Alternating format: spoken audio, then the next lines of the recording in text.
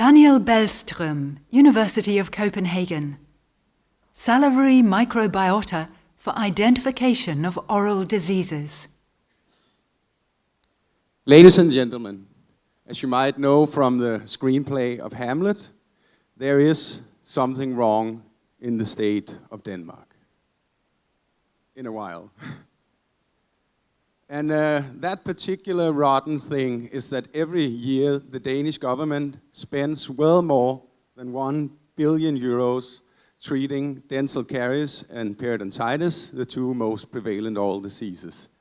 But as you might know, these diseases could have been prevented if it was not the case that today the way we diagnose these diseases is exactly the same way as we did 50 years ago. So we asked ourselves the question, why not use saliva-based screening for detection of disease at preclinical stages? And saliva was, for many ways, the obvious choice. First of all, it's ready available. Every one of us, in fact, produce more than 1 liter a day. It contains all sorts of biological substances, which has the potential to be used as biomarker. On top of that, saliva can be easily collected in a non-invasive way, no pain, no risk of infection, high level of patient's satisfaction. All sort of biomarkers. The one of our interest is bacteria. So our research is based on the hypothesis that the composition of the salivary microbiota might reflect oral health status. And that's why, because when going from a clinical healthy situation until rampant oral disease, you have uncontrolled biofilm formation and development.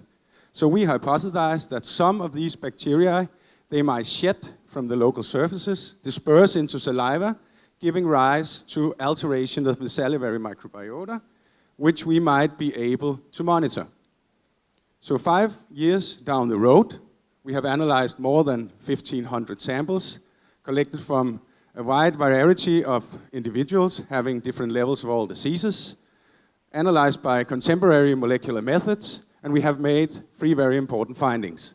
First of all, the salivary microbiota is highly individualized, could be looked upon as a molecular fingerprint.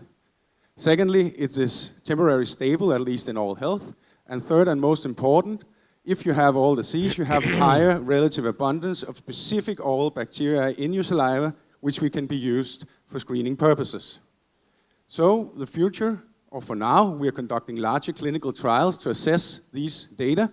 And our prime course from now on is to try to integrate the findings from laboratory, put them into some kind of point of care machinery, which should and could be used by the dentist in the clinic, facilitating a new state of oral healthcare. Thank you.